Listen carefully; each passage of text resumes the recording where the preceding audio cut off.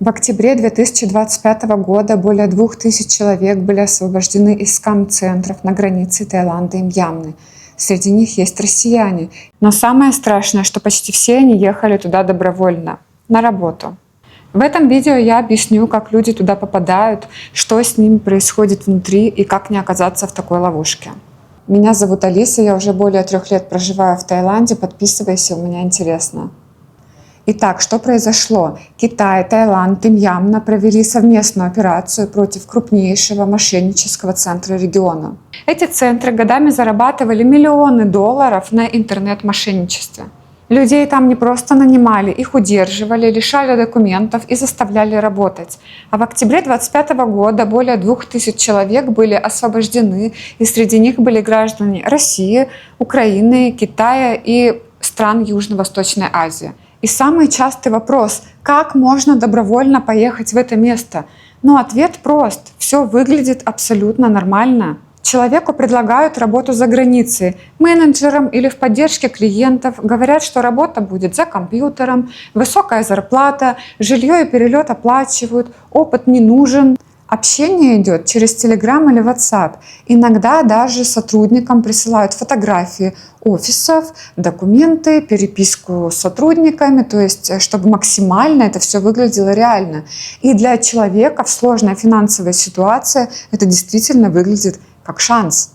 Но проблемы начинаются уже сразу после прилета. Человека встречают в аэропорту, говорят, что сейчас мы вас отвезем в офис, арендуем жилье, и дальше все меняется. Забирают паспорт для оформления, телефон просят сдать по правилам безопасности, а потом человек понимает, что он оказался в безвыходной ситуации.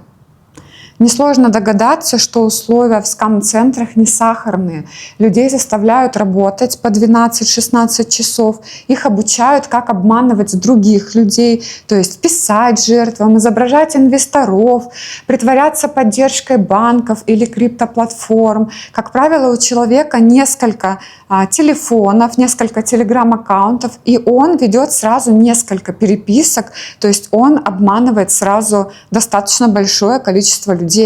И это не удаленная работа, это принуждение, а всех несогласных или нарушителей режима помещают в пыточные камеры, угрожают, вокруг постоянно ходят люди с оружием, все телефонные переписки или звонки фиксируются и отслеживаются, поэтому люди не могут даже сообщить близким и родным о том, что попали в беду. И очень часто люди таким образом пропадают на несколько месяцев, а близкие и родственники думают, что ты либо погиб, либо без вести пропавший.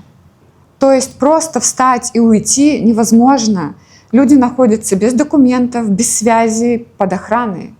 Неугодные режимы пропадают или их убивают, и ходят слухи, что кого-то даже отдают на органы. Почему здесь это происходит? Граница Мьянмы и Таиланда – это сложный регион, и здесь годами существовали зоны, где преступные группировки чувствовали себя безнаказанно. Но сейчас ситуация меняется, и совместные операции показывают, что такие центры активно находят и закрывают. Как не попасть в такую ситуацию? Пожалуйста, запомните несколько важных правил. Никогда не соглашайтесь на работу за границей без официального контракта. Проверяйте компанию, адрес, юридический адрес. Если вас торопят или давят, это практически всегда тревожный знак. Работа только через мессенджеры – это огромный риск. И никогда не отдавайте паспорт на хранение. Эти правила могут спасти вам жизнь. И эта история не для паники, она для осознанности. Опасность очень часто выглядит как хорошая возможность. Поделитесь этим видео, возможно, вы кого-то убережете от совершения ошибки. И подписывайтесь, если хотите понимать, что реально происходит в Таиланде и в этом регионе.